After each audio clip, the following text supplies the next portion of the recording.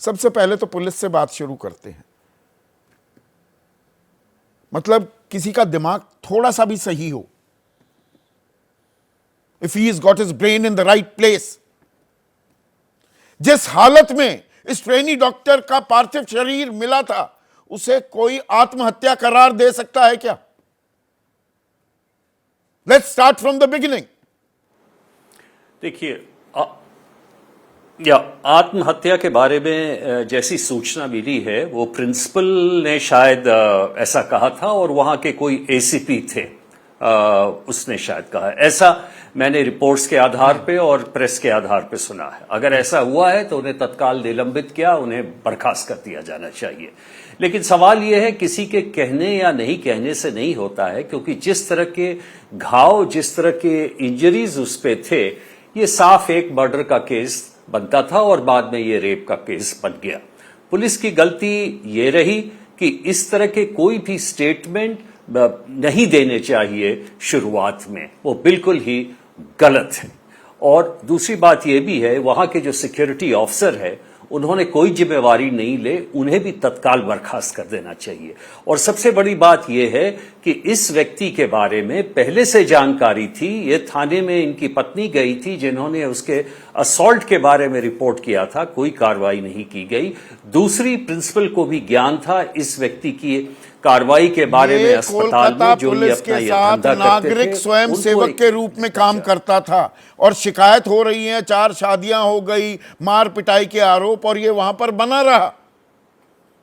मतलब LIU भी होती है, पुलिस की अंदर की अपना एक मैकेनिज्म होता है।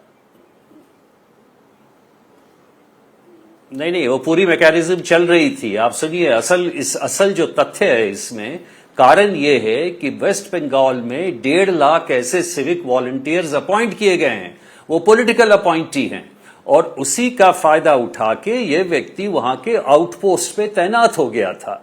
जब यहां के हर बड़े अस्पताल के साथ एक पुलिस की चौकी रहती है मेडिको लीगल केसेस देखने के लिए, लेकिन ये व्यक्ति सिविक वॉलंटियर के नाम से वहां थे, और बिल्कुल इसमें पुलिस की गलती और प्रिंसिपल की गलती है। प्रिंसिपल ने ऑब्जेक्ट नहीं किया, पुलिस को पहले से जान के इस आदमी को वहां से निकाल देना चाहिए।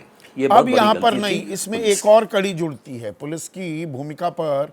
मैं क्यों आपसे सवाल की शुरुआत की है, यशोवर्धन झा आजाद, 8-9 की दरमियानी रात को ये नृशंस इस कुकृत्य को, हत्या उसके बाद बलात्कार, ये भी अब खबर आ रही है, इसे अंजाम दिया गया।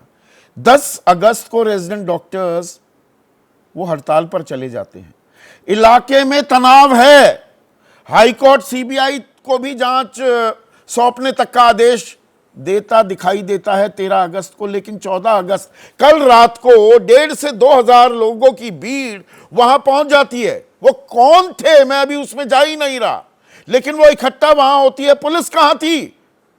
पुलिस को तो उस पूरे इलाके की घेराबंदी करनी चाहिए थी। हमें अंदर की RG कर मेडिकल कॉलेज की तस्वीरें मिलती हैं कि अंदर तोड़फोड़ की जा रही है, जहां घटनाक्रम को अंजाम दिया गया, इस बलात्कार को, इस हत्या को। तो पुलिस क्या कर रही थी? मूक दर्शक थी।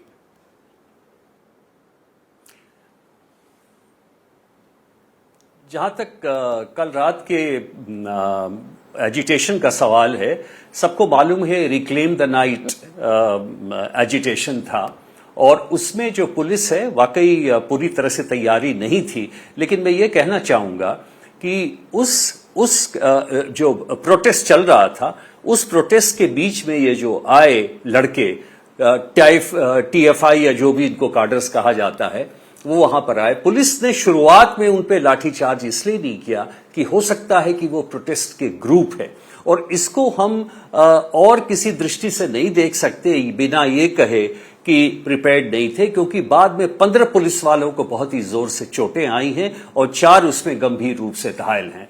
तो उसमें मैं अनप्रिपेयर्डनेस कहूंगा, लेकिन कि ये वाकया हमारे साथ भी कई बार हो चुका है, जब प्रोटेस्ट में हम बिगिनिंग में अटैक नहीं करते, ये कह के कि बाद में लगेगा कि माहौल बिगड़ा हुआ था। पुलिस का जो खुफिया तंत्र है उसको कोई जानकारी नहीं थी कि ये लोग उग्र भी हो सकते हैं। ये थोड़ा हजम करना मुश्किल हो जाता है यशोवर्धन आजाद। देखिए, खुफिया देखिए, खुफिया तंत्र तो बड़े बड़े अटैक्स को नहीं ये कर सका, तो खुफिया तंत्र उसका क्या करेगा।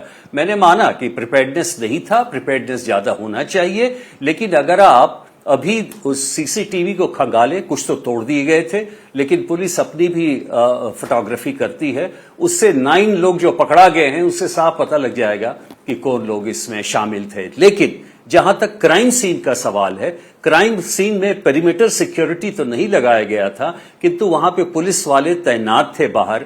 मैं नहीं समझता हूं कि क्राइम सीन को कोई डैमेज हुआ है, और इसलिए वहां पे जो मेन अक्यूज पकड़ा गए हैं उनके इंट्रोगेशन से और क्राइम सीन पे जो भी अवेलेबल है, बाकी हेयर सैंपल्स, डीएनए एटसेट्रा, वो सीबीआई को मिल जाएंगे।